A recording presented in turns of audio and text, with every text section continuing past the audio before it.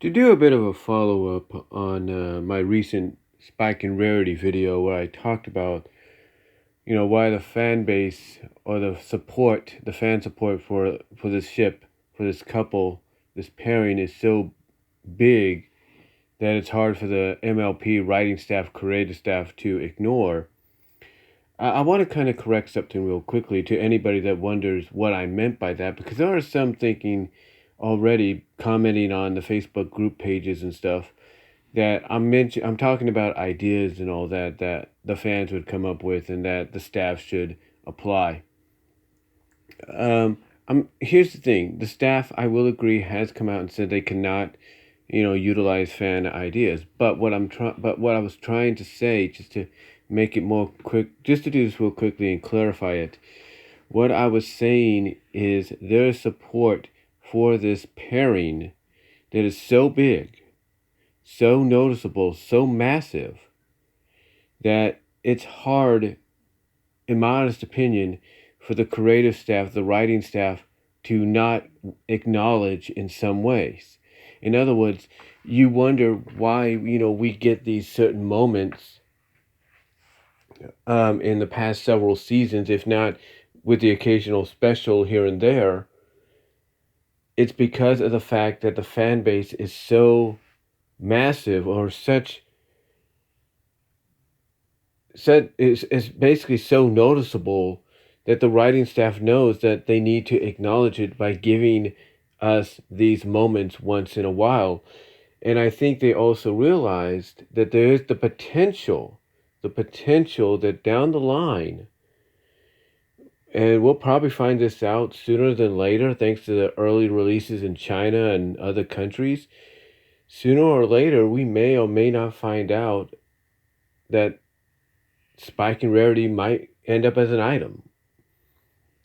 I can't say that they will, and I can't say that there's going to be an episode where part of it's centered around that, or fully centered on it, or what. I can't say that.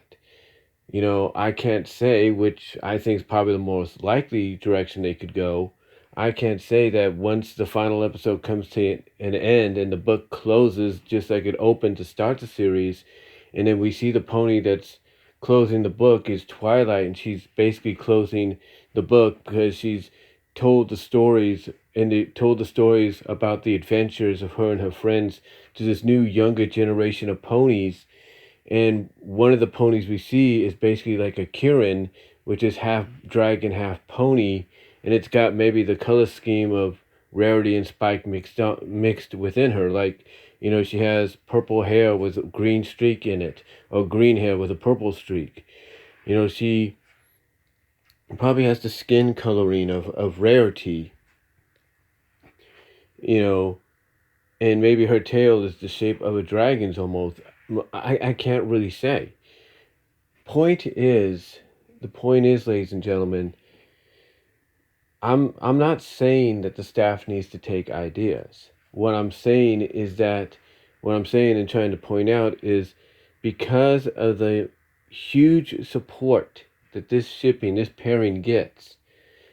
I mean, you could probably see a demonstration of this at BronyCon in the next several weeks. But the support that this pairing gets is above anything else. I mean, if this pairing happens, is officially made, even before the series comes to an end, I look at the staff. I look at the staff utilizing this ship, if you will, of Spike and Rarity. I see them utilizing it, but doing it in the same fashion that they do with Big Mac and Sugar Bell. I mean, we know Big Mac and Sugar Bell are an item. Hard to say anything made that happen. We saw Breakup Breakdown be the secondary episode that focused on them. But every now and then when they would appear, it'd be every once in a while. Like with The Last Crusade, with, The Best Gift Ever. It would be once in a while. It wouldn't be all the time. And I think that's how I see Spike and Rarity's relationship, if they become an official item before the show's out, being played along, being developed along those lines, I should say. I see it being developed along those lines to where, we as fans will know they're an item, we will know that they're a couple, but it won't be so noticeable. It'll be like, yeah, it happened. There was an episode, or at least part of the episode dedicated to it happening, and that's about it. And then from then on in, they could focus on the rest of what the season has to do. So, just to clarify, I'm not saying that, that the creative staff needs to take ideas by the fans to make this happen. No, I'm just saying that the fan base, the support for Spike and Rarity is so huge, so noticeable, that to me the creative staff has no other choice but to acknowledge it in some fashion. And that's why as of late you've gotten these moments. You got what you did in Best Gift Ever. You got Meltdown. You got the reference and acknowledgement and breakdown. You got Rarity's moment where she ran out of the group towards Spike as he was caught up along with that tree that was getting eaten by that giant tortoise in between dark and dawn. So you have your moments. You have your moments being thrown in there sporadically. And that's because the creative staff realizes there is a noticeable, massive amount of fans that support this ship, and they want to see something come out of it. And again, whether or not we do see something, we probably won't find out for the next several weeks. And if we do get a resolution right at the end, like I mentioned, about, maybe seeing the offspring of Spike and Rarity, then so be it. But the point is, in my opinion, one way or another, it's going to occur.